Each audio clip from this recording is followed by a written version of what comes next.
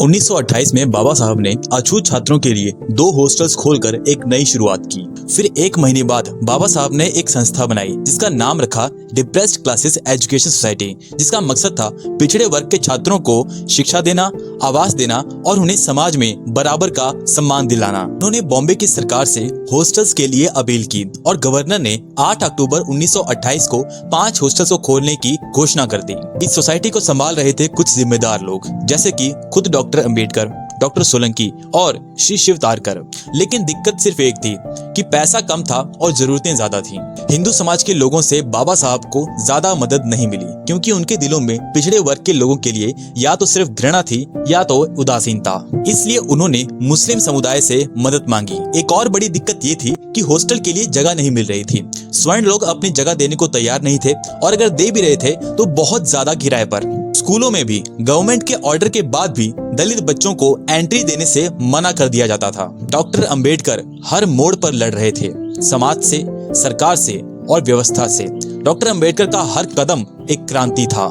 लेकिन पिछड़े वर्ग के लोग अब जाग चुके थे। जगह जगह पर सभाएं होने लगी थी और लोग अपने हक के लिए आवाज उठाने लगे थे।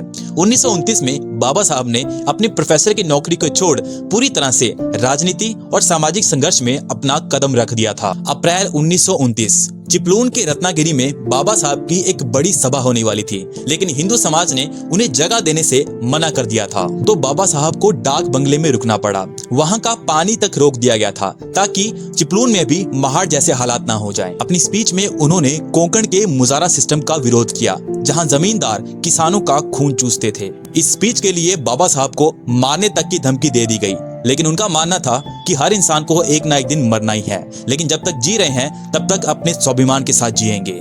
बाबा साहब ने लोगों से कहा कि एक जगह बसो, फिर चाहे वो जगह समाज से दूर ही क्यों ना हो, ताकि अत्याचारों से बचा जा सके। अप्रैल 1929 में ही बाबा साहब ने कपड़ा मिल के मजदूरों के लिए भी आवाज उठाई, जिन्हें पानी पीने के लिए अलग से घड़ा दिया जाता था और अच्छे डिपार्टमेंट्स में उन्हें काम भी नहीं मिलता था। फिर जलगांव में एक जनसभा के दौरान बाबा साहब ने एक बहुत ही जरूरी बात कही।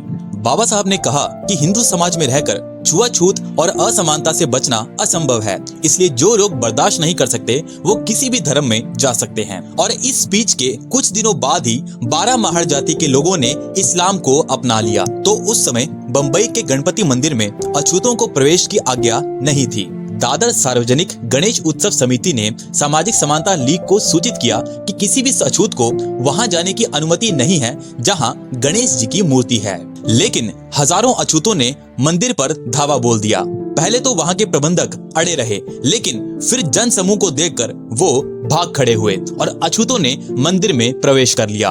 आगे चलकर बाबा साहब ने अपनी एक स्पीच में कहा कि वह मंदिर में इसलिए नहीं जाते कि उन्हें वहां जाकर शांति मिलती है या फिर उन्हें कोई प्रार्थना करनी होती है। उन्होंने कहा कि वो मंदिर में अपने मानवीय अधिकार को प्रकट करने के लिए जाते हैं। बाबा साहब ने न केवल शताब्दियों के गुलामों को उनकी दास्ता का एहसास कराया, बल्कि उनका नेतृत्व करके और खुद आंदोलन में शामिल होकर दरिद्रता, शोषण और दास्ता का विरोध करते हुए एक बहुत ही इम्पोर्टेंट रोल को प्ले किया। जैसी उनकी कथनी थी वैसी ही उनकी करनी भी थी। उनके स्वभाव में किसी भी तरह का डर बिल्कुल नहीं था और इसी तरह बाबा साहब हर संघर्ष से लड़ते गए।